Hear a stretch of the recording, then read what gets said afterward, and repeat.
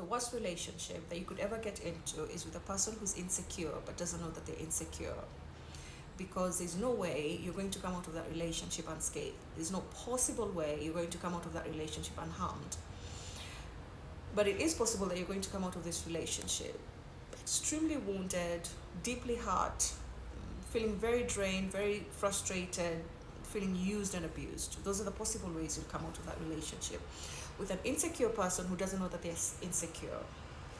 And the reason I'm saying this confidently is because an insecure person tends to have very unrealistic expectations towards their partner in a relationship. And these unrealistic expectations are caused by a distortion in the way that they perceive reality. So they don't see reality logically, they see it illogically. But because they don't know that they're seeing it illogically, they're very convinced that they're right. And they tend to have what we call emotional reasoning. So the way they feel about something has to be factual, has to be logical, has to be rational, because they feel it very strongly, so it has to be true. And it can't be challenged, it shouldn't be challenged, it's the only way to see it. It's like a person who is insane and says they're not insane. That's what insecurity can be in this case, that they're not aware of their insecurity. And insecurity can come from different places. So for example, if a person is insecure because of, let's say, a deep-seated psychological need for control, then they're going to set very unreasonable expectations to their partners in their relationship. They're going to demand unreasonable things in the relationship, but to them they don't seem unreasonable. They actually seem very reasonable, and they shouldn't be challenged. And so the reason I'm saying you cannot come out of this relationship unscathed is because if you comply to their need to control you, then the relationship goes well.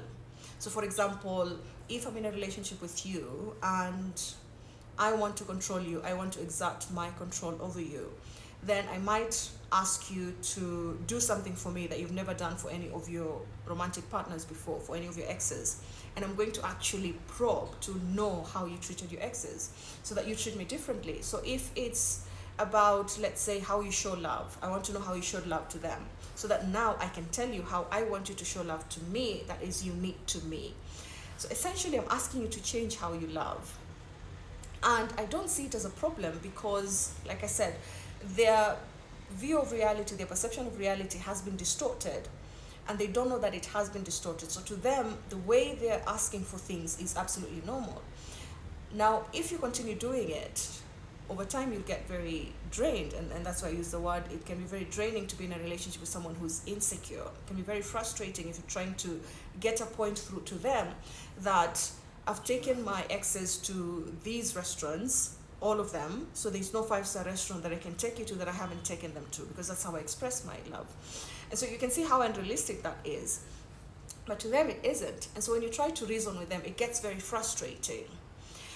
But they don't see a problem with them. So if you're not able to do what they're asking you to do, then, and this is going to surprise you, then they start saying something is wrong with you. And something is wrong with you here for not giving me what I want, when I want it, how I want it. Then you are the narcissist. And I think when we understand insecurity from a deep-seated psychological need for control, we would have different conversations about narcissistic personality disorder, because the fundamental problem for narcissistic personality disorder is actually insecurity. And a lot of people are insecure. So a lot of the narcissistic personality traits that we look for clinically, we find them in people who are insecure, not in people who are secure. Yet, it's the people who are insecure that call the people who are secure narcissistic. And that is because the people who are secure, who can see reality as it is, who can see reality logically, rationally, and are trying to communicate that message to them that something might be wrong in the way you see reality, then the insecure people call the secure people narcissistic.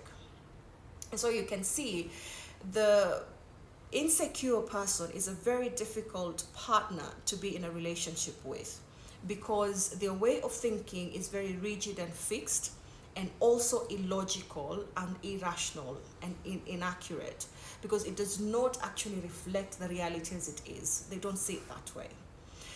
Which is why most of the people who are secure will rarely call people who are insecure narcissistic, because they can see that the way they see reality, they may actually see that's not how it is, that's not how I saw it. But the insecure people are the loudest shouting to other people as narcissistic, which then illustrates projection, that they failed to control their target, and that failure, they can't acknowledge it in themselves, so they project it to the person they wanted to control that they failed to control. So being in a relationship with an insecure person is the most horrible thing that could happen to you.